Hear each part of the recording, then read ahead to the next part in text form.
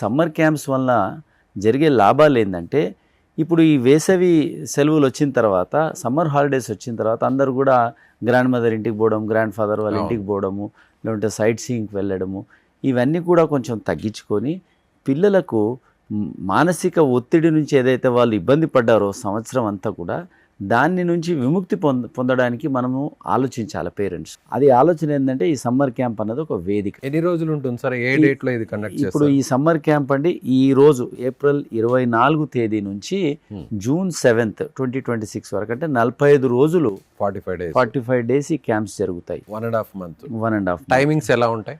ఉదయము 6 నుంచి 9, సాయంత్రం 4 నుంచి 7. ఇప్పుడు కొందరికి పేరెంట్స్కి వీలు అవ్వదు, ఉదయము క్యాంప్ అంటే మేము తీసుకెళ్ళలేము, జాబ్స్, అది సాయంత్రం అంటారు.